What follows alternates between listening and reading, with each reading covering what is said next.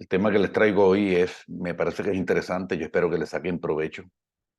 Es una visión acerca de la enseñanza, del aprendizaje más bien, que creo que les puede traer mucho beneficio. Muy sencillo, pero muy revelador. Yo espero que les bendiga y que ojalá hagan acciones a raíz de esto, pues porque la idea es actuar siempre. ¿Ok? Muy bien. Son las 6:01. Vamos a iniciar entonces formalmente. Los que vayan llegando irán llegando y sumándose a nosotros. Eh, Igual yo quiero compartirles algo que es como una introducción que me sirve de alguna manera como catapulta para lo que voy a hablar. eh, y hasta cosas que son hasta de mi corazón. O sea, hoy vamos a hablar del aprendizaje, eh, que es una experiencia que es común a todos los seres humanos. Desde que nacemos estamos aprendiendo, ¿no? Pero resulta que estamos viviendo una realidad que cada día se hace más evidente en estos tiempos y que cada día más expertos de este tema confirman y están de acuerdo con esto. Y la frase que usan es que el nuevo oro de esta era es la información. El nuevo oro de esta era es la información. O sea, más que nunca en la historia, el ser humano está teniendo un hambre, pero un hambre increíble por conocimiento.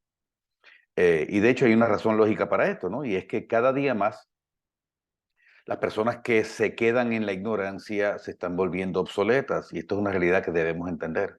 Se están volviendo obsoletas, se están empobreciendo. Y algo que yo creo que debería preocuparle a todo creyente, por lo menos a creyentes con conciencia de propósito, es que los que no están creciendo se están volviendo cada día más irrelevantes. En otras palabras, sin capacidad de influenciar y de impactar al mundo, que es algo que debería preocuparles, porque estamos llamados a eso.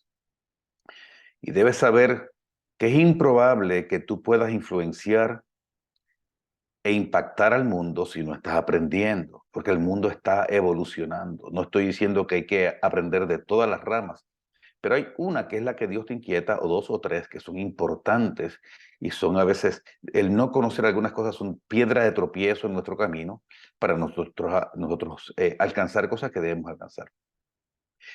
Así que no va a haber mucho si no estás aprendiendo lo que debes aprender, que puedas hacer para impactarse, que puede sonar un poquito confrontador, pero es la realidad. Para todo se requiere conocimiento, para todo. Y el conocimiento se adquiere a través del aprendizaje, que es de lo que vamos a estar hablando hoy. Si quieres hacer una carrera, tienes que estudiar. Si te quieres dedicar al ministerio, no hay forma sin estudiar. Si tú dices, no, tampoco es tan formal, yo quiero evangelizar, yo soy evangelista, bueno, necesitas aprender sobre la obra redentora de Cristo y aprenderlo desde una perspectiva correcta. Esto requiere estudio, requiere aprender. Si tú quieres dedicarte a debatir o contrarrestar las mentiras y los engaños de este mundo, necesitas conocer las escrituras. Si tú quieres salir adelante financieramente, no hay forma de hacerlo sin conocimiento. Seguramente sabes quién es Robert Kiyosaki. Este hombre insiste, él dice una y otra vez que la clave para prosperar es el conocimiento financiero. Él le llama así conocimiento financiero. Tanto así que él dice, yo creo mucho en la ley, en la ley de siembra y cosecha, que se debe sembrar dinero y muchas cosas. Él dice que esa es parte de su prosperidad, pero una cosa interesante que le escuché decir, le leí, perdón, no recuerdo si lo leí en uno de sus libros o en alguno de sus videos, es que él dice, como yo creo en la siembra y la cosecha y creo que el conocimiento financiero es la clave para uno prosperar financieramente, yo doy mucho conocimiento. Él dice, por eso a mí me gusta enseñar sin costo. Yo tengo muchos talleres, muchas oportunidades de crecimiento financiero, porque yo creo que si yo estoy sembrando conocimiento, voy a cosechar conocimiento y eso es lo que yo quiero, porque ahí es que está el secreto. Así que el conocimiento a la hora de la verdad tiene un rol demasiado predominante hoy día. Entonces, como la actividad para adquirir el conocimiento es el aprendizaje, por eso es que yo he querido, a través de este webinar, compartir algunas ideas que me parecen interesantes sobre este tema, ¿ok? Y que creo que te pueden ayudar a profundizar y a avanzar en ese viaje hacia lo que Dios quiere para ti. Claro, nota que dije lo que Dios quiere para ti, aunque usualmente oímos decir lo que Dios tiene para ti. Y a la hora de la verdad se refiere a lo mismo, pero lamentablemente no es del todo lo mismo, porque lo que el Padre quiere que nosotros o quiere para nosotros, eh, lamentablemente no siempre terminamos teniéndolo. No siempre lo estamos recibiendo. ¿Por qué? Porque parte del trabajo está en nosotros. Miles Monroe decía algo que es muy inspirador, muy profundo, pero muy confrontador. Él decía, y algunos que me han escuchado en otras charlas y en otros mis programas, yo lo cito mucho. Él decía, parafraseándolo, ¿no? Él decía, los tesoros más ricos del mundo no están en los palacios, ni están en los bancos, sino en el cementerio, a 3 metros bajo tierra. Y él decía eso porque allí enterradas están millones de bendiciones, millones de proyectos, millones de tareas que Dios tenía para entregarle al mundo, pero que fueron puestas en manos de personas que nunca entendieron o que nunca quisieron o que nunca creyeron y enterraron su talento como el de la parábola. Y no hablo solamente de inconversos, porque los inconversos tienen una misión y no lo saben. Yo hablo también de hijos de Dios, creyentes que se quedaron en su zona de confort, paralizados quizás por la comodidad, quizás por la pereza, quizás por la conveniencia personal, quizás por el temor, quizás por la duda, y sabe Dios por cuántos pensamientos derrotistas, pero que se han quedado donde están y no han crecido. Cuando nosotros hablamos de aprender, a menudo pensamos en los procesos de formación que conocemos a nivel de los sistemas educativos, por ejemplo, escuela, colegio, universidad, posgrados. Y sí, ese es el sistema más conocido, pero no es el único. ¿Ok? De hecho, yo quiero comentar que la universidad para muchos fue un mal necesario. Me refiero a que lo ven personas que tienen un grado universitario, pero lo vieron como algo que no pudieron evadir. ¿Por qué? Por causa de la presión de sus padres o por causa de la presión social, de que tenían que ser algo y llegar a algo, ¿no? Y por lo tanto, lo veían como algo que tenían que cumplir ya y de lo que se tenían o se debían alejar corriendo una vez tuvieran el diploma en la mano. Pero la persona que piensa de esta manera está destinado al fracaso. Quiero que sepan que yo era de esa línea. Yo me gradué y yo dije, ya, alguna vez quise hacer una maestría en ingeniería, pero era por los beneficios que traía, pero no porque yo amara el estudio. Yo aprendí a amar el aprendizaje mucho tiempo después. Pero una persona que piensa así está destinada al fracaso si no cambia su curso, porque eh, en la universidad básicamente vamos a recibir las bases que necesitamos para aprender realmente a través de la carrera. O sea, nosotros nos graduamos para aprender, salimos a aprender. Lo que pasa es que yo no puedo llegar a ejercer como médico y aprender como médico si no he estudiado 8 años o 5 años de ingeniería o de arquitectura o de derecho. En otras palabras, la universidad no es suficiente. De ahí salimos realmente a aprender. Por otro lado, aunque los estudios universitarios hoy día siguen siendo populares y siguen siendo buenos en cierto sentido, en realidad están enfrentando una crisis seria y grande por muchos lados. Primero, la dura realidad que estamos viendo, que son miles de jóvenes que entregan 4, 5, 6, 8 años o más de sus vidas a estudiar sacrificialmente, con dedicación, con esfuerzo, para luego graduarse, pegar el diploma en una pared y salir a las filas de desempleo. O tener que aceptar un trabajo inferior eh, para lo que estudió no le sirve para nada. Él no ve o ella no vuelve a ver lo que estudió. Esto es una realidad, lo estamos viendo. Aquí en Estados Unidos es la regla. o por lo menos es muy frecuente. Y encima de eso, quedar con una deuda ridícula del préstamo de estudios, absurda. A veces la deuda es de 10 años, porque aquí los estudios son muy costosos. Entonces, algunos terminan con deudas de 100, $150,000. ¿Ok? Por otro lado, los padres cristianos están enfrentando una preocupación, un desafío muy serio, y es por causa de lo que muestran las estadísticas, por lo menos en Estados Unidos. Las estadísticas han confirmado acá que más del 80% de los jóvenes cristianos que ingresan a la universidad abandonan su fe durante su tiempo de estudios.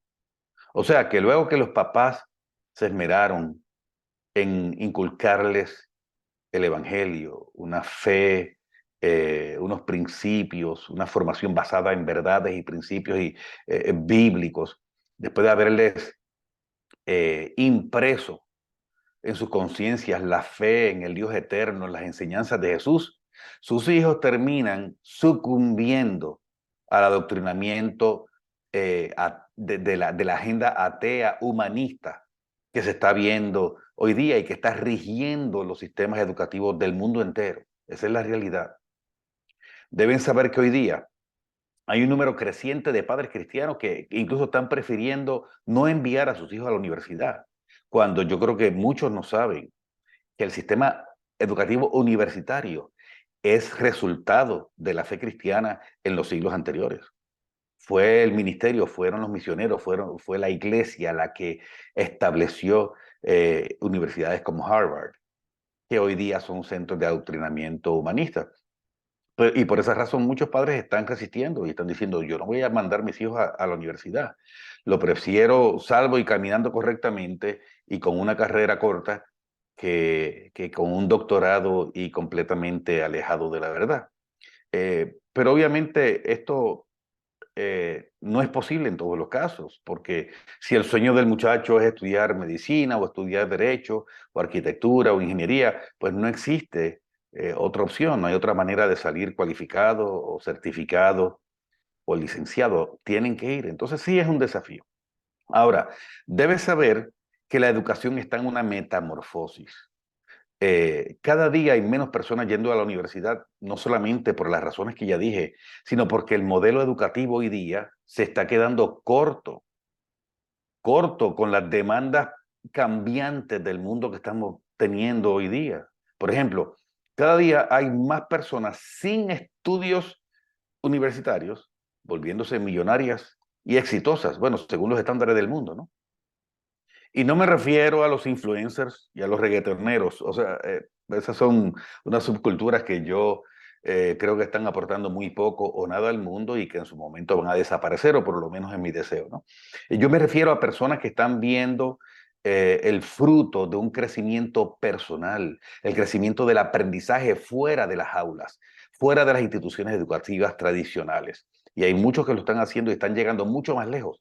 Y esos que fueron a la universidad y tienen maestrías y doctorado están trabajando para esas personas. ¿Por qué? Porque la educación tiene que ver con quién eres tú, tiene que ver con cómo tú ves. Tú puedes ir a la universidad, pero que la universidad no vaya a ti. Tú pasaste por ella, pero ella no pasó por ti.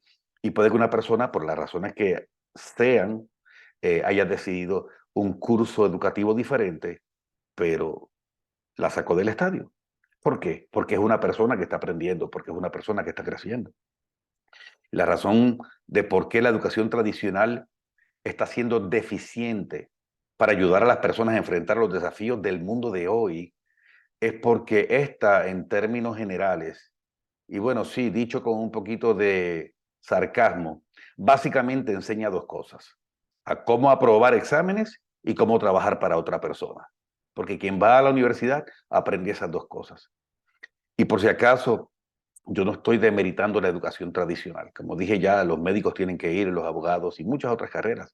Esta sigue siendo buena para también para producirle algunos buenos hábitos a los muchachos. Yo creo que es una buena experiencia ir a la universidad, les inculca buenos hábitos en términos de disciplina, en términos de responsabilidad, de posposición de la gratificación. El muchacho no se puede ir a rumbear ahora como antes porque sabe que tiene que estudiar para exámenes, ¿no? Le enseña cumplimiento, les enseña diligencia, Y algo muy importante, que para mí es muy importante, la experiencia de alcanzar una meta, de alcanzar un logro, como lo es el diploma, porque el diploma en sí también es más que un papel, es un logro, es la evidencia de unos años de dedicación efectiva a algo que entendemos que es bueno. El problema es que todo termina siendo el preludio de una vida profesional muchas veces sin satisfacción. Pero como les decía, todo esto es solo una introducción que honestamente no tiene que ver mucho o nada con mi tema de hoy, más bien es como una apertura de corazón mía que sirve como punto de inicio, ¿no? Pero lo que les quiero compartir es algo que aplica a todo tipo de aprendizaje, a todo proceso de aprendizaje, sea universitario, o sea por tu cuenta, o sea en la universidad de la vida. Una vez le pregunté a un muchacho, ¿tú estudias en algún sitio? Me dijo, sí, en Life University, la universidad de la vida. O sea que no estaba estudiando. Eh, pero esto aplica a todo, ¿ok? Y es algo muy sencillo, se van a dar cuenta que lo que les traigo es sencillo y fácil de entender, pero puede ser muy, muy revelador en tu propio viaje hacia el descubrimiento y el aprendizaje y hacia las cosas a donde Dios te quiere llevar, ¿ok? Y esto que voy a hablar no tiene que ver tanto con eh, cosas que aprender o cómo aprender, sino con cosas que debes aprender acerca del aprendizaje, de cómo funciona el aprendizaje. Es más, cómo aprender a aprender. Porque muchas veces en las universidades nos enseñan materia, pero no nos enseñan a aprender esas materias, que eso es un don aparte y es una habilidad aparte que debemos entender. Esto es clave porque la forma en que nos enseñaron a aprender a la hora de la verdad no nos apoya mucho en nuestro viaje de crecimiento. Nuevamente, otra vez, el modelo educativo tradicional esencialmente te ayuda a aprender información y luego a recordar esa información para los exámenes y luego repetirla en una prueba que tiene la intención de validar lo que tú sabes en ese momento y que vas a olvidar más adelante si no hay un seguimiento a eso. ¿Cuántas cosas aprendimos nosotros que no nos acordamos? El 99,8%. Eso no valida, un examen no valida tu inteligencia. Eso valida tu memoria y una memoria a corto plazo. No hay ninguna medida de inteligencia en absoluto en eso. Yo cuando estudié, por ejemplo, seminario bíblico, me acuerdo que había unos exámenes muy complejos de mucha información. ¿Sabes lo que yo hacía? Si mi examen era a las 10 de la mañana, yo me levantaba a las 4 de la mañana. No había estudiado, bueno, a veces sí estudiaba, a veces leía, pues porque por lo que hago también, pero el material de esa clase en particular, me levantaba a las 4 de la mañana a memorizar, porque yo tengo buena memoria a corto plazo, pésima a largo plazo. Entonces, iba y me vaciaba en el examen y sacaba, perfecto, un 100. Pero si me preguntas una semana después, pues es un desastre. Así que no es un modelo educativo tan efectivo. Así que poder aprender a aprender es realmente lo que yo quiero compartir en los próximos minutos. Les voy a compartir pantalla, si me permiten, para unas diapositivas. Permítame un instante, por favor.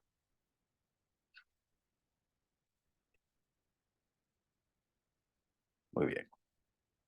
Así se llama el webinar de hoy, cómo elevar tu capacidad de aprendizaje. Le pude haber llamado Aprende a aprender, cómo aprender a aprender, y hubiéramos estado más o menos enfocados, ¿ok?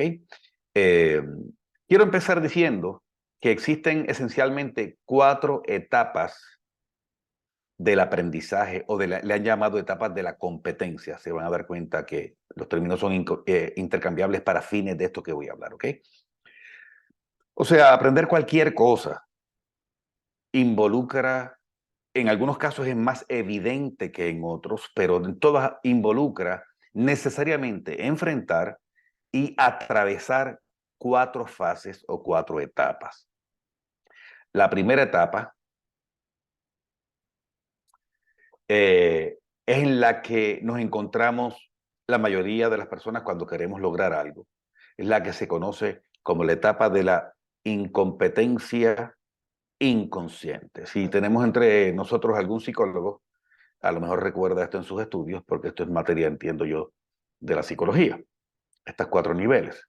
Incompetencia inconsciente. Es el momento en que tú eres inconscientemente incompetente. Esta palabra incompetente suena como insultante, pero no se refiere a eso. Es que no tienes una competencia desarrollada. Hay un conocimiento y unas destrezas que no están en ti. Todos somos incompetentes en algo. Yo soy ahora mismo un piloto de avión incompetente, porque nunca he hecho uno, ¿no? Pero si aprendo a hacerlo, pues ya no lo seré. Soy competente en otras cosas en las que antes era incompetente, y así es que funciona todo esto. La etapa de la incompetencia inconsciente es aquella en la que ni siquiera sabemos qué es lo que no sabemos.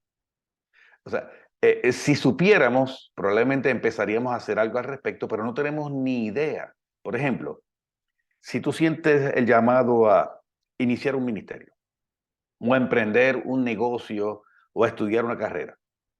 Por ejemplo, una mujer que lleva años sola y que dice, yo siento una carga grande por las mujeres adultas que están solas, y yo siento que Dios me quiere usar para ministrar a las divorciadas, a las viudas y las solteras que pasaron de 40, por decir algo. ¿Ok? Como ella está sola y ha atravesado la experiencia de encontrar identidad, sanidad, felicidad, plenitud en Cristo, sin que todavía le haya llegado un compañero, puede que lo esté deseando, pero no con la ansiedad de antes, ya encontró plenitud así sola. Esta mujer siente que está lista para ayudar a otras y quiere hacerlo. Eso es fantástico porque yo creo que en la mayoría de estos casos Dios la está inquietando a dar por gracia lo que recibió por gracia, a compartir con otras lo que recibió. Pero una cosa es tener la experiencia y la capacidad y el conocimiento para ayudar a otras, y otra cosa es tener el conocimiento de cómo hacerlo. Quizás tiene el contenido, pero cómo hacerlo es otra cosa. O digamos, otro ejemplo, que hay un joven que es un excelente cocinero, le encanta la cocina y, a lo mejor hasta hizo un curso de cocina, y el man es increíble. Todo el mundo le habla de la mano que tiene. Y entonces el muchacho dice, bueno, tengo el don para la cocina, me encanta cocinar, así que voy a abrir un restaurante. Ok, seguramente cocina muy rico, pero no tiene el conocimiento de cómo eso se lleva a nivel de un negocio, a nivel de servir en cantidades o de administrar un restaurante. En estos ejemplos, la persona ni siquiera sabe qué es lo que no sabe. No se ha documentado, no ha entendido. Puede que crea que no sabe lo que necesita, pero a menudo ni siquiera sabe qué es eso que necesita saber porque no lo sabe. Esta persona está en la etapa de incompetencia inconsciente. No sabe cuán incompetente es, ¿ok? Es la etapa en la que no sabe que no sabe. No sabe, cree, a veces cree que sabe o cree que no sabe algunas cosas, y esa persona ni siquiera sabe que no sabe lo que necesita, ¿ok? Yo debo aclarar que esta es la primera etapa del aprendizaje en todas las personas cuando nos proponemos o cuando estamos deseando algo. Esta etapa la has vivido tú que me estás escuchando, la he vivido yo múltiples veces a lo largo de nuestra vida, y es la primera etapa de toda, eh, que vive toda persona que se está acercando a un proceso de aprendizaje, ¿ok? Pero entonces luego comienzas a dar pasos. Vamos a suponer que este muchacho dice, ok, voy a coger un curso en la Cámara de Comercio de cómo se empiezan negocios de comida, por ejemplo. Ok, ya empezó a educarse. Entonces comienza a dar pasos en el proceso de aprendizaje, y entonces ya comienza a entender qué es lo que tiene que hacer. Esta es la etapa, cuando ya entiende qué es lo que tiene que hacer y empieza a entender algunas cosas, es la etapa que llamamos la etapa de, perdón, ahora, incompetencia consciente. Esta es la etapa por la que pasamos todos cuando empezamos a aprender a dominar un tema o una habilidad. Y esto ocurre sea para emprender un negocio, sea para iniciar un ministerio, sea para estudiar una carrera, sea como para aprender a crecer financieramente, a aprender un idioma, a tocar un instrumento musical, aprender y dominar un deporte, mejor dicho, todo. Esto aplica para todo. ¿Ok? Ok. La tercera etapa es la que se conoce como competencia consciente. Esta es la etapa en la que ya tú dominas el tema o la destreza que estuviste aprendiendo, pero requieres mantener un buen grado de concentración y de esfuerzo mientras la usas, mientras la ejecutas. Ya conoces el tema, yo lo dominas, pero tienes que destinar recursos conscientes a la actividad para poderla hacer bien. No te puedes distraer, ¿ok? La cuarta etapa es la que se conoce como etapa de conciencia, perdón, competencia inconsciente. Competencia inconsciente. Esta es la etapa en la que no tienes que pensar conscientemente en lo que estás haciendo porque ya lo ejecutas en modo automático. Es natural en ti, simplemente lo haces prácticamente que sin pensar. Quizás el ejemplo más sencillo, porque es uno que yo creo que hemos enfrentado casi al 100% de las personas adultas en el mundo de hoy, por lo menos en Estados Unidos, sí, el 100% yo diría, yo no conozco a nadie que no haya aprendido a manejar un carro, así que vamos a usar ese ejemplo. Quieres aprender a conducir un vehículo, ¿ok? Vehículo de motor.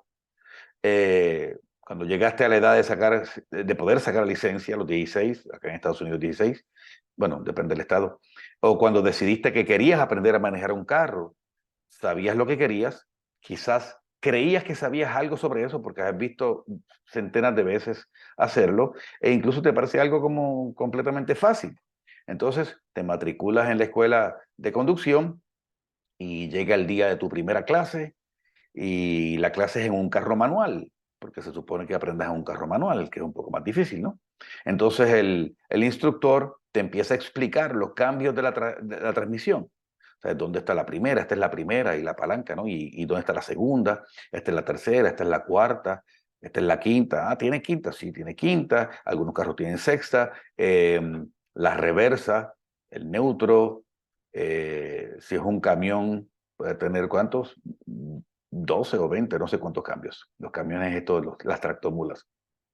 Pero entonces el instructor te advierte que antes de poder encender el carro, tienes que primero haber presionado el pedal del embrague, acá le decimos el clutch en inglés, y debes haber puesto la transmisión en neutro.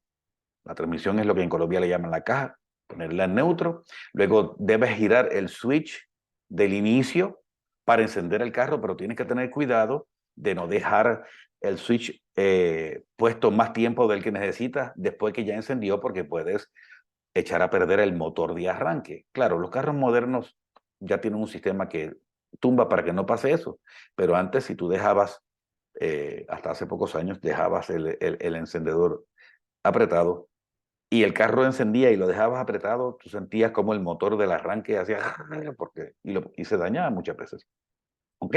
Entonces, cuando vas a seguir las instrucciones de tu instructor, entonces te agrega más cosas. Entonces te detiene y te dice, espérate, que tienes que ponerte primero el cinturón de seguridad.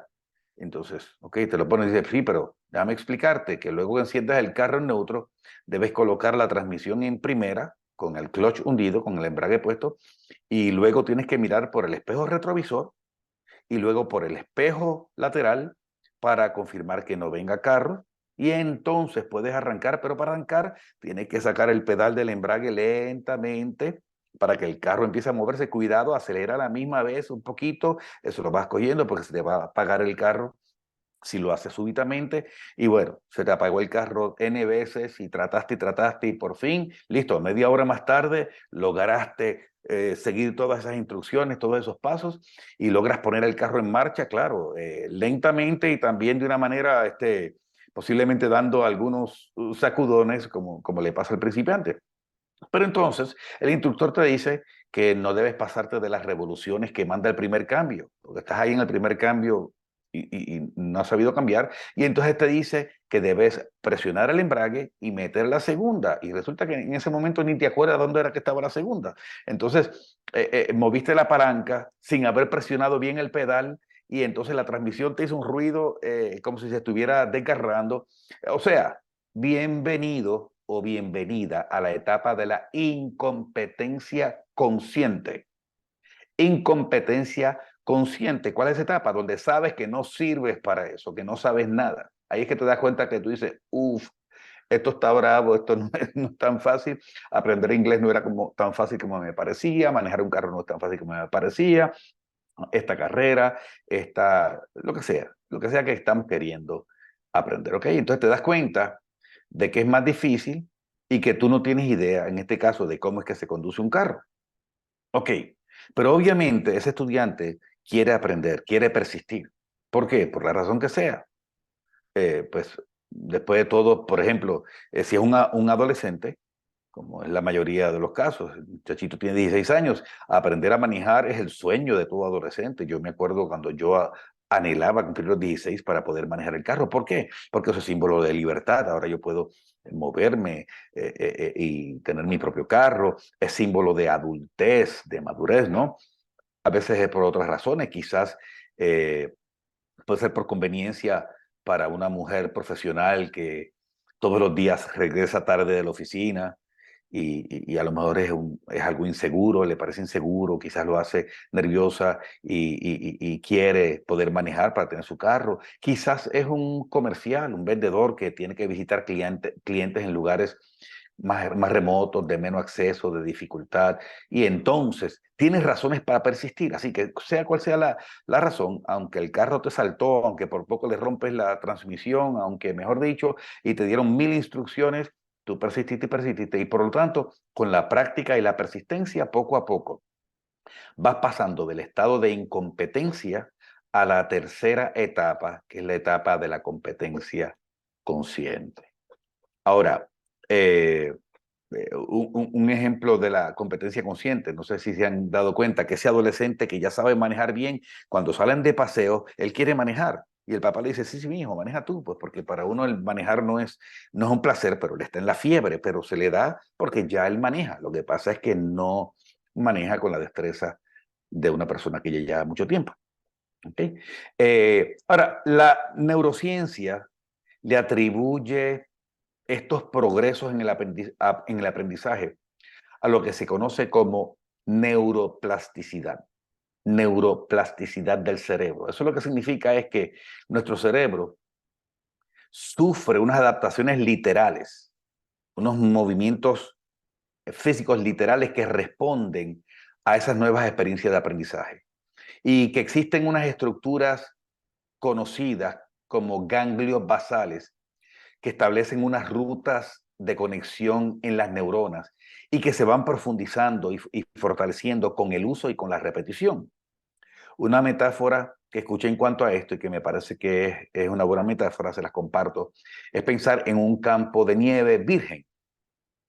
Cuando tú, vamos a suponer, la persona que ha caminado por la nieve, ve un campo de nieve virgen, no tiene una sola pisada, está intacto, y lo podríamos ver como un estado de incompetencia inconsciente para fines de nuestra analogía, ¿ok? Ese es el estado de incompetencia inconsciente, porque tú quieres llegar al otro lado y no te atreves casi que ni caminar porque no sabes qué hay debajo de la nieve, no sabes si hay un hueco, no sabes si hay piedra, no sabes si hay vidrios, no sabes si hay cosas peligrosas. Entonces, tú decides que necesitas atravesar ese campo y entonces vas a ir lentamente pisando la nieve con cuidado, una nieve que no ha sido pisado antes, y vas poco a poco mientras vas descubriendo el camino que te parece más conveniente para llegar a ese destino.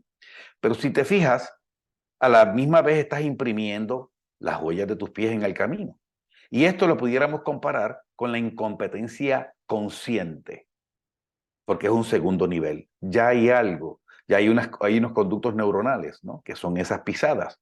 Estamos haciendo analógicas estas pisadas a los conductos neuronales de los ganglios en el cerebro.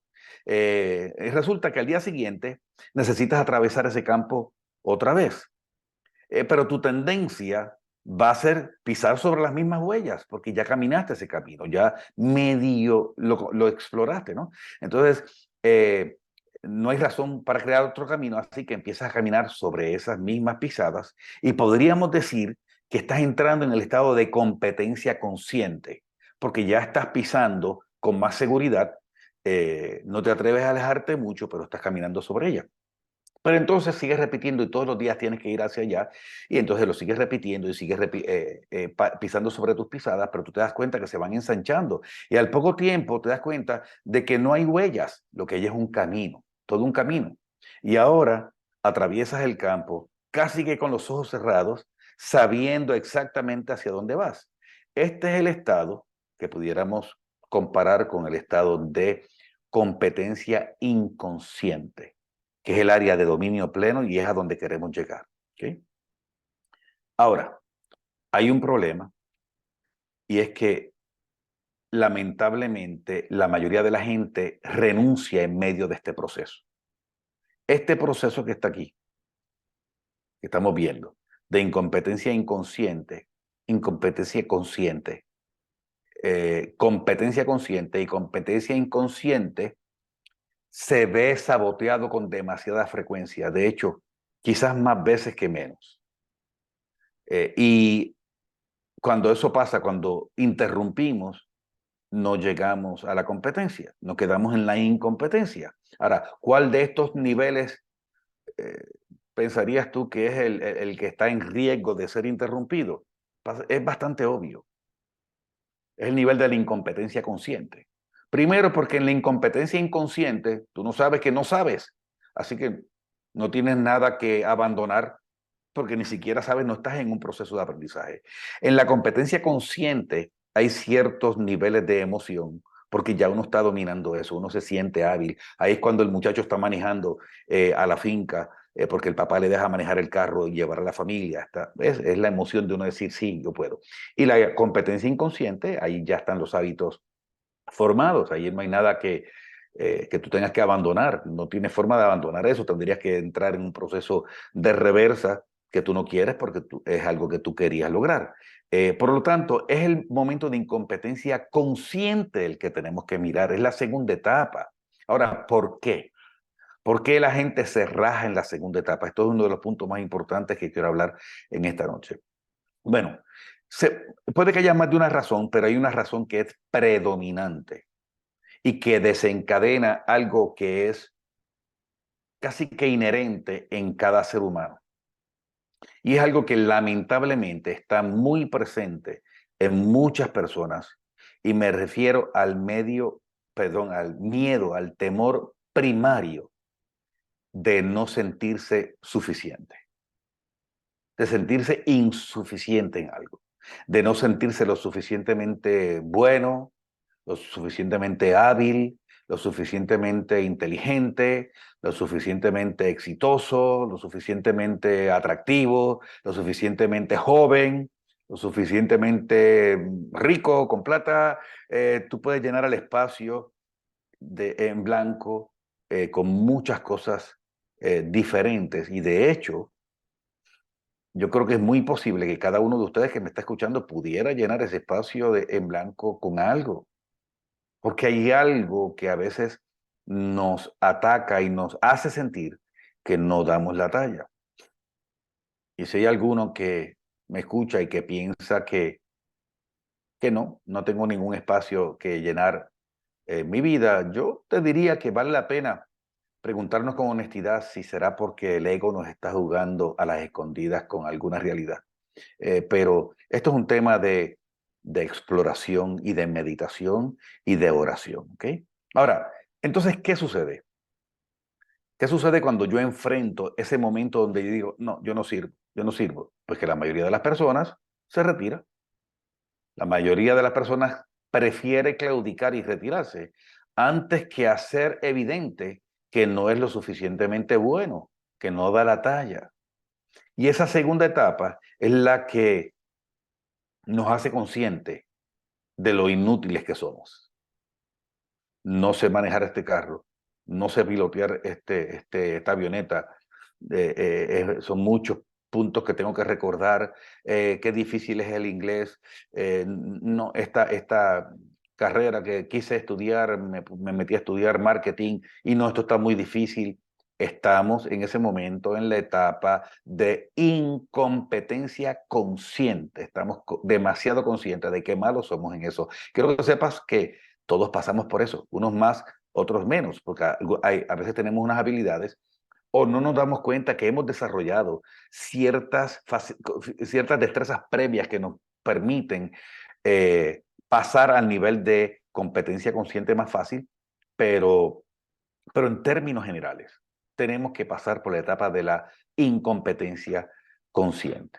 Entonces, por ejemplo, vamos a suponer que quiero aprender inglés y, y una parte de mi corazón está ahí en ese deseo, lo deseo con todo mi corazón.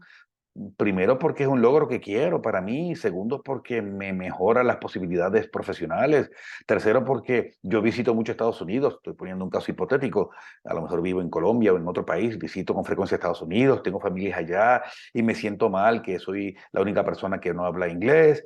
Yo sé que eso es lo que quiero, pero entonces visito Estados Unidos y voy a un restaurante y todavía me siento incómodo en pedir algo en inglés y entonces sé cómo decirlo, no estoy seguro si estoy seguro, pero no, prefiero, ¿sabes qué? No me sale. Entonces prefiero no hacer el oso y entonces señalo el menú, la foto y le hago así para no exponerme y no recordarme a mí mismo y a las personas que me rodean que no puedo, ¿ok?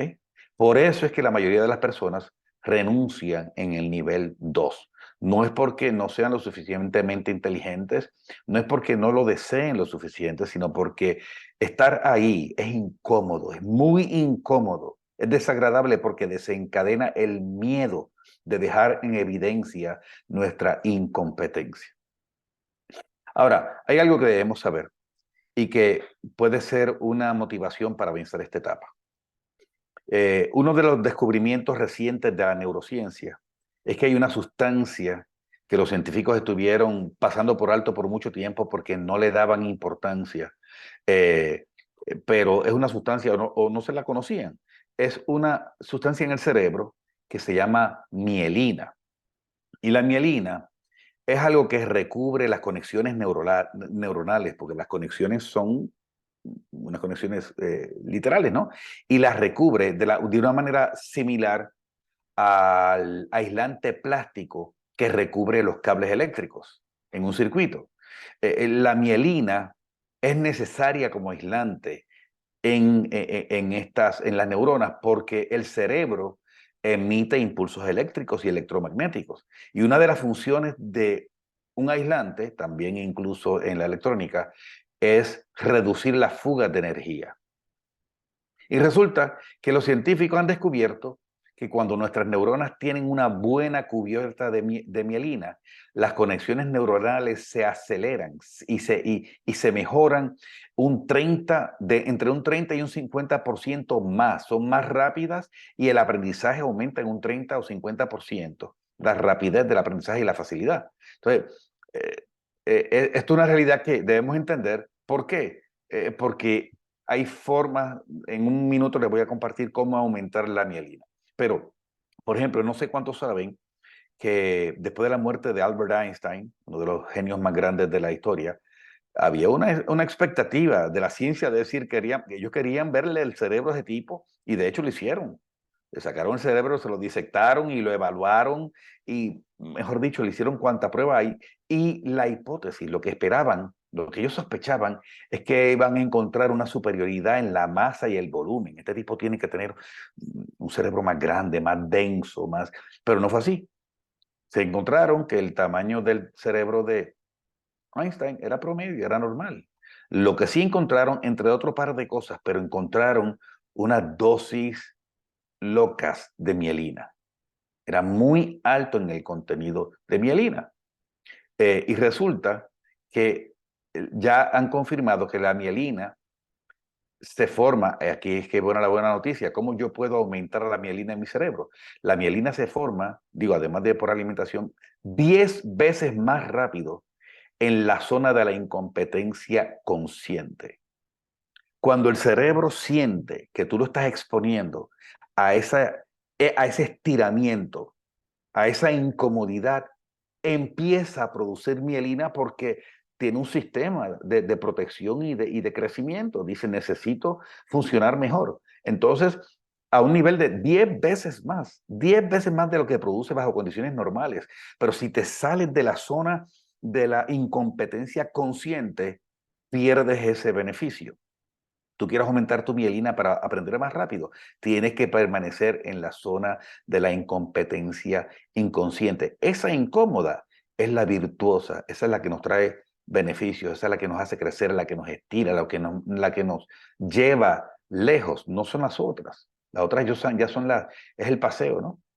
Es en el área de dificultad que el cerebro dispara su mayor potencial de aprendizaje, pero resulta ser también la etapa en la que la mayoría de las personas claudica y cuelga sus tenis. En otras palabras, si cuando tú entras a la etapa 2, que es la incómoda, la que te recuerda que eres muy incompetente en eso que estás deseando, tu cerebro te va a premiar y te va a premiar con una producción de mielina 10 veces mayor que bajo otras condiciones.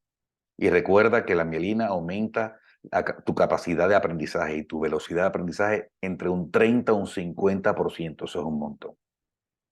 Pero cuando viene la frustración de la incompetencia consciente, pues la mayoría de las personas abandona el proceso con pensamientos como que esto no es para mí, no estoy hecho para esto. ¿No estás hecho para qué? Debes saber que nadie está hecho para nada. Dios te hizo para todo, con la capacidad de aprender cualquier cosa. Puede, claro, que por tu llamado o el propósito de Dios en tu vida, tú tengas una predisposición y un don natural para ciertas cosas, pero tu cerebro está hecho del mismo material y está dotado de los mismos recursos que el de Albert Einstein. Y si vences la etapa número 2, la etapa de la incompetencia consciente, vas a llegar siempre al destino que querías. Unas personas más rápido que otras personas llegan a un nivel de competencia inconsciente porque por su vida y por las cosas que hacen tienen que seguirlo repitiendo. Puede que yo nunca llegue al destino de competencia inconsciente en algo, pero quizás es que no me interesa, quizás no lo necesito, pero puedo llegar, ¿ok? Así que debes recordar que no tienes nada que demostrarte a ti mismo ni a los que te rodean. Persigue lo que Dios puso en tu corazón sin temer al que dirán, especialmente a esa desaprobación que quizás tú sueles hacerte a ti mismo, de que yo no sirvo para esto. Cuidado con tus palabras, cuidado con tus pensamientos, cuidado con lo que le creas a otras personas también. ¿Sí? Persevera un poco más, esfuérzate un poco más. Justo en ese punto, acepta la incomodidad, dale la bienvenida, ríete de ella, sonríe en medio de ese proceso, disfruta el proceso, aprende a ser un poquito masoquista en ese sentido, a disfrutar el proceso incómodo, aunque sea harto, aprende a persistir, aprende a esperar. Te va a sorprender lo que sucede y lo rápido que se abre esa puerta del otro lado. Bien, en esta última parte, todavía me quedan unos minutos y quiero también darles un espacio por si alguien tiene algún comentario o alguna pregunta o alguna duda, ¿ok? Pero lo último que les quiero compartir rápidamente tiene que ver con el aprendizaje, y es que una vez entendemos estos 4 niveles, hay también otras 3 etapas paralelas de aprendizaje que debemos considerar, porque son claves para ayudarnos, son importantes para ayudarnos a salir de la etapa de la incompetencia consciente hacia la etapa de competencia consciente y luego la inconsciente, que obviamente es la que quisiéramos en el mejor de los casos, ¿ok? A estas nuevas etapas que estoy haciendo referencia, le llamamos las 3 etapas de la comprensión, ¿ok? La primera de estas 3 etapas es aquella en que la persona sabe qué hacer, pero no lo hace. Pues, y honestamente, ese es el nivel donde se encuentra la gran mayoría de las personas.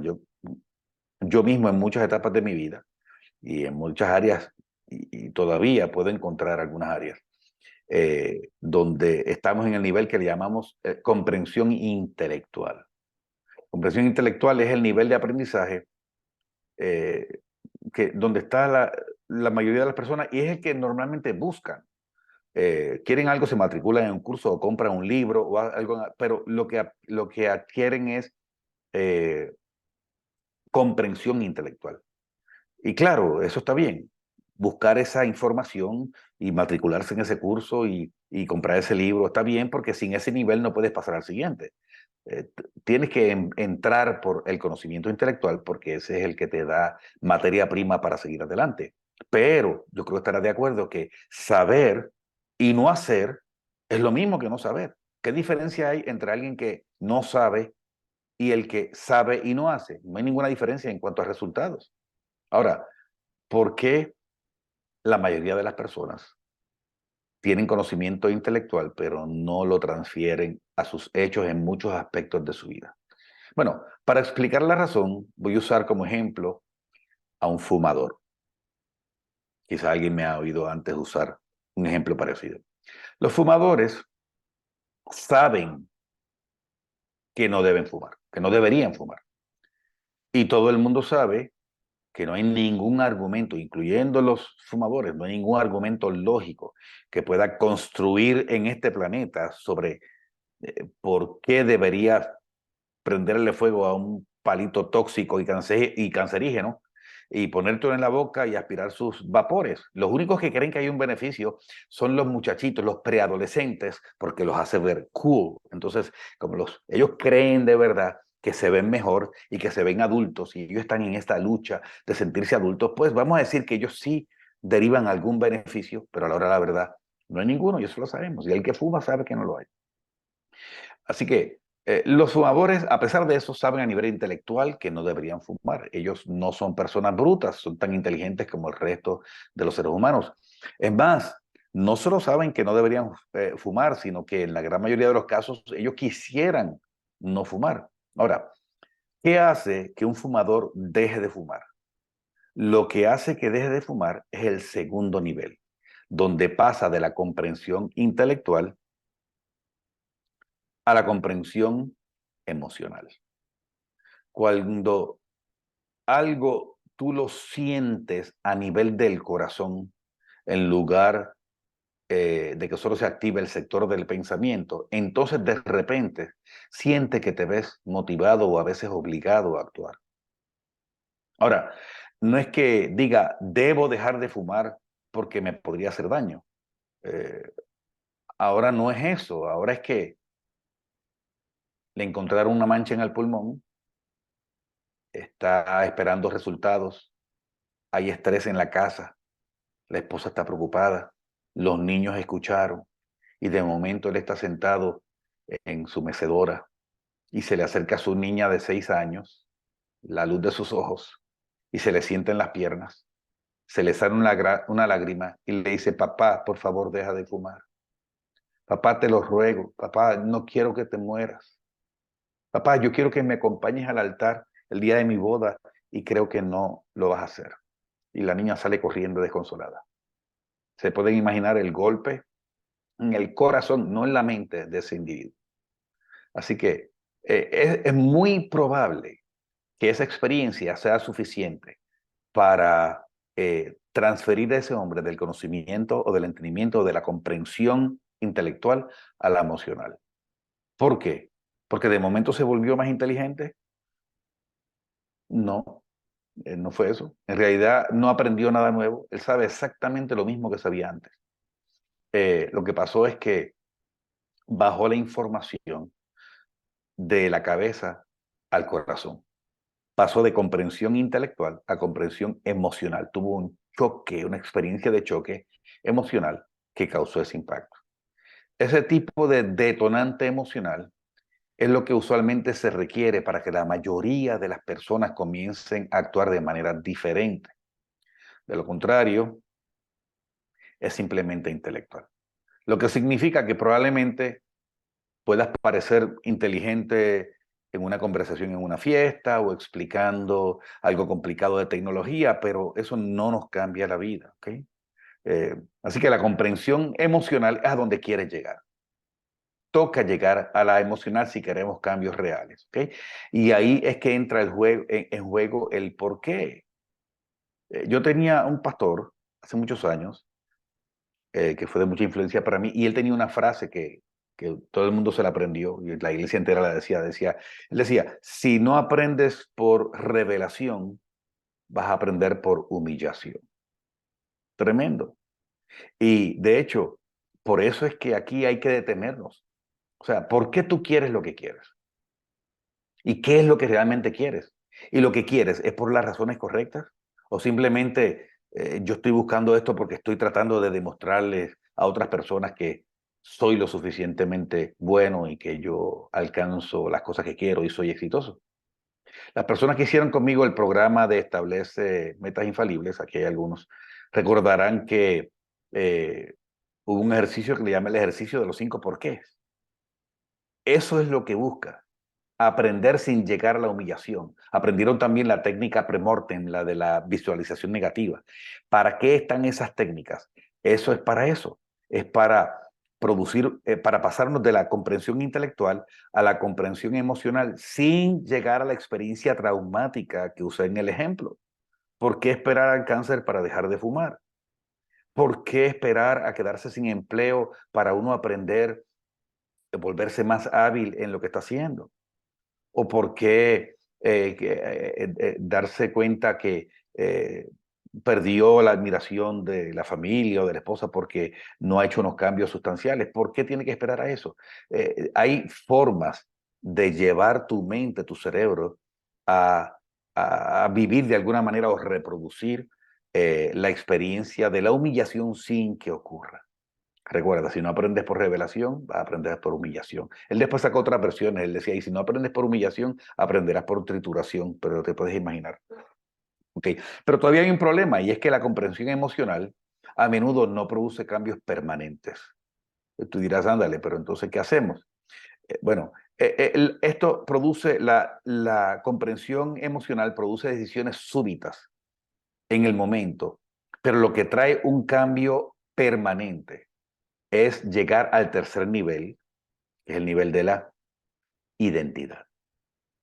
Este es el punto en que eso se convierte en parte de quién eres. A nivel celular, es como si fuera parte de tu ADN, es parte de tu identidad. Te pongo un ejemplo. Hace un tiempo, yo estaba con un amigo acá, en la ciudad de Charlotte, donde estoy viviendo, y este amigo me dice, oye, ¿me acompañas a visitar a un cliente que tengo que ir a no sé qué? Y lo acompañé y fui con él. Y estando allí, estaba la esposa del cliente, que fue quien lo recibió a él, y estaban discutiendo unos temas acerca del trabajo que él les estaba haciendo. Y eh, esta mujer abrió la nevera y nos ofreció cervezas. Entonces mi amigo cogió una, yo no quise, y ella cerró la nevera y no me acuerdo, creo que fue él que le preguntó a ella, ¿y no vas a coger una tú? Y ella dijo, no, no, no, yo no tomo. Nunca he tomado, no sé a qué sabe. Dijo, y ahí yo también dije, ¿de verdad? Dije, no, no tengo idea qué sabe una cerveza. Estábamos hablando de una mujer como de 40 años. Eh, y le pregunté, ¿y por qué? Y me dice, porque yo soy musulmana.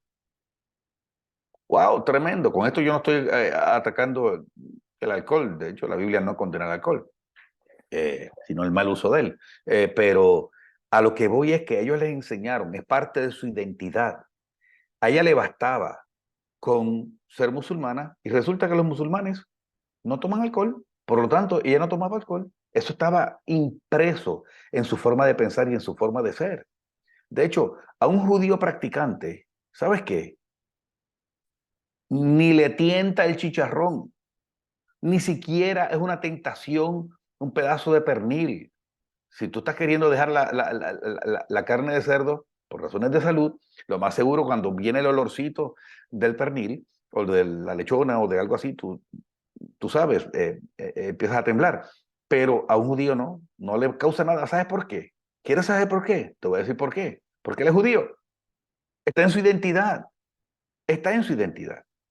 Yo creo que por eso la Biblia es tan enfática en quiénes somos.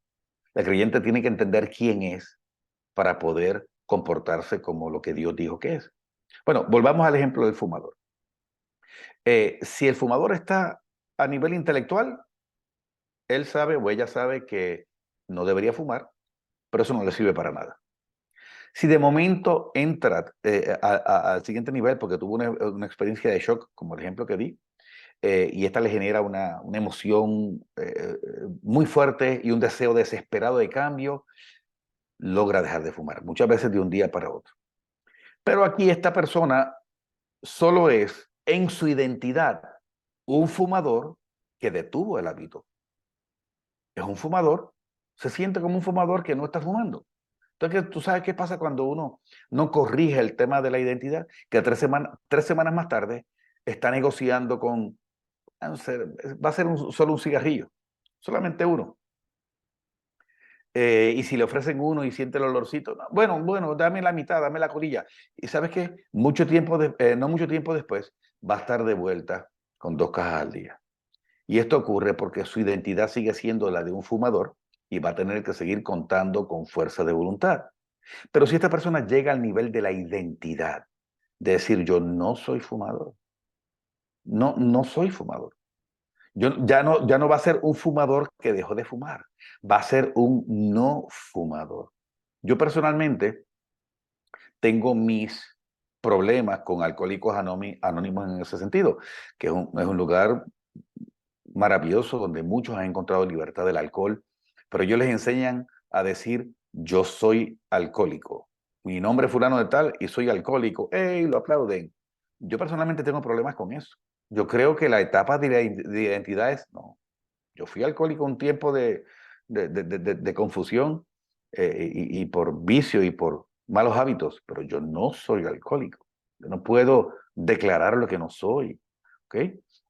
Al fumador ahora alguien le ofrece un cigarrillo y ni siquiera puede concebir, contemplar la idea de fumar, ni de tomar nada, ni de hacer nada que esté en contra de quién es él. Claro, con esto yo termino el webinar. El tema de la identidad es mucho más profundo y es mucho más extenso como para poder abundar en el día de hoy, en la noche de hoy ya, pero es uno en el que yo invito a cada uno a trabajar de manera profunda, consciente, buscar ayuda, documentarse, leer, estudiar, trabajar, hasta que encuentre la identidad para la que fuiste creado, porque creo que la esencia de un hijo de Dios es quien es. Nosotros no funciona dejar de pecar, por ejemplo, pues porque no debo hacer eso. Eso es religión. Es quién soy yo y me empiezo a comportar como quien yo soy. Eso es mágico, no se imaginan. Eso tiene un poder impresionante. Bien, eso es todo por hoy. Me gustaría saber si hay preguntas o si hay comentarios, en cuyo caso yo voy a hacer algo por si acaso, perdónenme. Se me abrió algo que no era. Yo había deshabilitado sus micrófonos. Pero si alguien tiene una pregunta, voy a dar unos segundos. Y abre el micrófono y la hace. La puede hacer quien quiera y sin pedir permiso. ¿Alguien? ¿Algún comentario, alguna pregunta? Si no hay preguntas, significa que expliqué muy bien o que estuvo muy enredado todo. Estuvo demasiado enredado, entonces no. ¿Pregunta ninguna? Muy bien. Eh, quiero animarles a... Gracias, Lina. Eh, quiero que sepan que un webinar o un libro o un curso o una charla o una prédica no transforma a nadie. Lo que hace es meternos en la incompetencia consciente. ¿No se han dado cuenta? Que a veces uno sale de una charla más bien frustrado, diciendo, ay, santo Dios. O de una prédica o de un webinar, uno dice, ay, santo Dios, ¿cómo hago? Sí, yo necesito conciencia, ¿ves? Pero sí, pero ay, no, es que es mucho. Entonces, ¿sabe qué pasa? No pasa nada. Porque después de escuchar ese sermón el domingo, llegó el lunes igualito al lunes anterior y ya se me olvidó, porque no caminé en dirección de eso, porque no persistí. Yo alguna vez, algunos estuvieron en charlas anteriores mías, donde yo hablo que un proceso debe ser seguido, perdón, Un suceso debe ser seguido por un proceso, porque el suceso solamente te presenta el cuadro y te muestra cuán incompetente eres, vamos a decir así. Pero cuando inicias un proceso, ese es el proceso de la incomodidad, donde estás en medio de la incompetencia. El secreto es no bajar la guardia. Hay personas que dicen, no puedo más, pastor, ¿cómo que no puede más? Siga. No, es que yo no sirvo, es que esto es muy duro para mí. Claro, porque estás en la fase de la incompetencia consciente y te das cuenta que tu carne es muy fuerte, que las adicciones son muy fuertes, que el tema es complicado, que demora en dar resultados, sí señor. Pero si te habitúas a ese hábito, tú vas a ver, te vas a ver dentro de un tiempo razonable en la competencia consciente, que ya es un buen nivel. Ya es un buen nivel. Tienes que torear, tienes que eh, eh, eh, usar tus recursos, tu concentración y tu esfuerzo para mantenerte ahí, pero estás ahí, ¿ok? Es lo que le llaman eh, eh, un equilibrio dinámico, porque para mantener tu equilibrio ahí tienes que hacer cierta fuerza, pero luego llegas por repetición, terminas en la competencia inconsciente y ahí es que queremos llegar, porque de ahí nos salimos. Seguimos siendo competentes porque seguimos, es como dicen, han oído decir que eso es como montar bicicleta, que nunca se olvida. ¿Por qué pasó? Si te montaste en la bicicleta 2 veces y te caíste y dejaste de montarte porque te pelaste las rodillas, abandonaste en la fase de la incompetencia consciente. No te vayas a montar en la cicla de aquí a 10 años creyendo que vas a salir pedaleando. No es porque estuviste pedaleando y ya era algo natural, lo dejaste de hacer por 10 años, te montaste y saliste pedaleando como si hubieras estado pedaleando esos 10 años. ¿Por qué? Porque ya está en tu ADN, ya es tuyo. ¿Ok? Así que ustedes saben que hay mucho para crecer. Yo los animo. Conozco creo que a todos, si no a todos, a la mayoría de los que estamos aquí. Hay espacio para crecer. Aprovecho para anunciarles que este próximo viernes empiezo el programa del mes de noviembre. A los que hicieron los programas anteriores de los 5 hábitos y de estableciendo metas infalibles, le va a servir tremendamente y a quien no lo ha tomado, le va a servir tremendamente. ¿Okay? Eh, Tiene que ver con 9 enemigos que enfrentamos para alcanzar nuestras metas. O sea, puede que estemos haciendo las cosas bien, puede que nuestra meta sea SMART. ¿Y qué pasa? La meta es SMART, pero no arranco. Hay otras cosas. Hay saboteadores internos. Esos son los que vamos a trabajar. ¿Ok? Son saboteadores de la mente. Les adelanto uno, el temor al fracaso. ¿Ok? Ese es uno que merece 2 sesiones de las 7 que vamos a ver. Así que van a ver la publicidad esta semana, la voy a estar poniendo en redes, también en el WhatsApp, y les animo a inscribirse. Eh, si no hay preguntas, eso es todo por hoy. Dios me los bendiga. Gracias por seguir mi trabajo. Finalmente sí quedó grabada la charla por si alguien cree que hay alguien a que le pueda servir y eh, le quiere compartir el enlace de este tiempo, ¿ok? Dios me los bendiga, que pasen una linda noche y que descansen. Chaito.